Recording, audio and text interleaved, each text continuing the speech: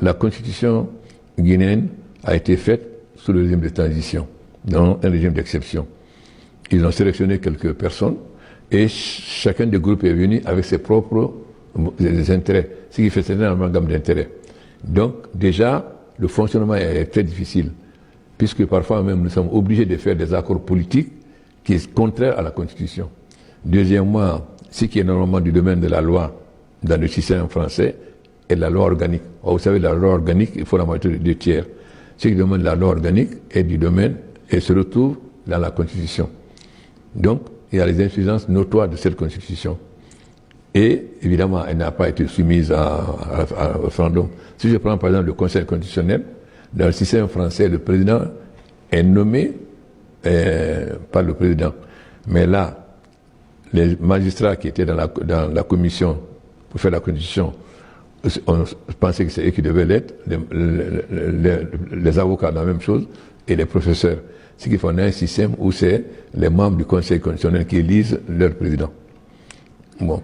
Ensuite, aujourd'hui, le monde a beaucoup changé. Donc, nous devons adapter notre constitution au changement du monde. Le grand problème qu'on a aujourd'hui, par exemple, en Afrique, c'est le changement climatique. Donc, la protection de l'environnement. Cela doit se retrouver dans la constitution. Deuxièmement, il y a la lutte contre la victimisation des femmes, les mariages précoces, ici le genre. Parce que il faut quand même, aujourd'hui, dans le monde où on est, là, comme disait Aragon, la femme, c'est l'autre moitié du ciel. Et surtout qu'en Guinée, il n'y a plus de femmes que d'hommes. Donc, il faut qu'on fasse la promotion des femmes. Donc, ensuite, vous avez la cybercriminalité aujourd'hui. Comment lutter contre la cybercriminalité? Donc, nous devons intégrer énormément de réformes, la protection de la nature. Et ensuite, la première constitution parlait de l'intégration de la Guinée dans un environnement plus vaste, c'est-à-dire l'unité africaine, ce qui a disparu. Or, pour nous, c'est fondamental qu'on aille vers l'unité africaine. Donc ça doit se dans la Constitution. Donc, il faut adopter la Constitution à notre époque. Non seulement la connaissance des insuffisances par la façon dont ça a été adopté, mais aussi, le monde a évolué et il faut adopter notre Constitution à ce nouveau monde. Donc ça n'a rien à voir avec le troisième mandat ou pas, mais l'opposition craignant sa défaite aux élections crie troisième mandat. Il s'agit de réformer la Constitution. Or, la Constitution donne le pouvoir au président de faire une nouvelle Constitution. Il suffit qu'il demande l'avis consultatif du président de l'Assemblée et soumettre au peuple au référendum. Donc le peuple de Guinée a le droit d'avoir une constitution moderne qui reflète les conditions de vie du monde dans lequel nous vivons aujourd'hui. La constitution est faite pour le peuple, au service du peuple. Donc il n'y a pas une constitution intangible. Vous savez, je ne sais pas combien de constitutions il y a en France et en Afrique. Et surtout, ceux qui critiquent aujourd'hui la réforme de la Constitution, c'est eux qui ont proposé une Constitution illimitée. Et principalement, celui qui parle le plus, c'est Cellou Diallo, c'est eux qui ont fait de la promotion du changement de Constitution pour passer, on avait une Constitution 2 fois 5 ans, ils sont passés 7 ans illimité. Donc une Constitution à vie. Bon, il y a beaucoup de pays qui ont changé de Constitution. Nous, depuis 2015, les gens voulaient qu'on fasse une nouvelle Constitution. Mais je leur ai dit, écoutez, nous sortons de l'Ebola, nous avons d'autres priorités. Attendons-nous d'abord à régler le problème économique, à finir avec le Fonds monétaire international. Parce que quand vous êtes au programme avec le Fonds monétaire lié au PPTE, vous ne pouvez avoir que des crédits concessionnels, c'est-à-dire maximum 1,5% sur 30 ans. Un pays ne peut pas se développer. Il faut nécessairement pouvoir avoir des prêts non concessionnels. Maintenant, il faut revoir la Constitution pour la moderniser. Mais j'ai préféré d'abord me concentrer sur l'essentiel. Maintenant, nous serons bientôt à la fin du programme avec le Fonds monétaire.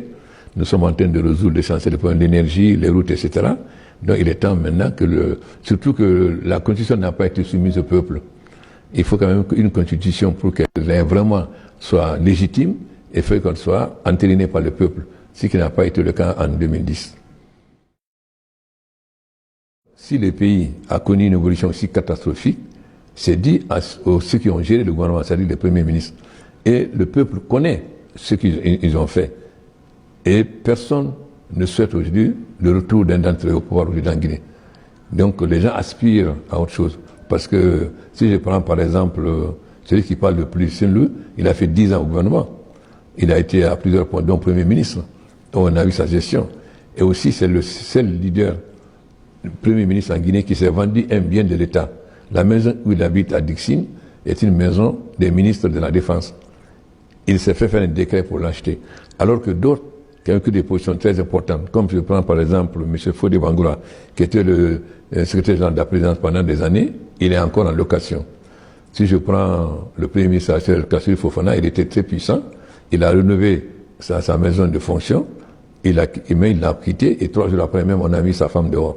Donc les gens connaissent la pratique de ces gens. Enfin, ils ont profité du fait que Conté n'était pas un intellectuel, mais qui avait l'intérêt de le reconnaître. Ils ont profité de cela pour s'enrichir. Ils n'avaient que leurs préoccupations personnelles. Sinon, comment peut-on expliquer qu'un pays aussi riche que la Guinée, ensuite, il n'y avait pas d'économie, il n'y avait que le commerce. Et aussi, quel commerce? Les commerçants, quand ils importaient les marchandises, ils mettaient sur le conteneur PRG, présidence. Ils ne payaient ni douane ni impôt. Oui, mais disait l'armée. Donc, c'était presque une économie de rente, comme pendant la période coloniale. Alors qu'on devait être une économie de transformation de matières premières localement, mais pour cela, il fallait l'énergie. Il fallait aussi une gestion saine. Voilà. Donc, le peuple les connaît. Les gens savent ce qu'ils ont fait dans le passé. Ils ne veulent pas une restauration du passé.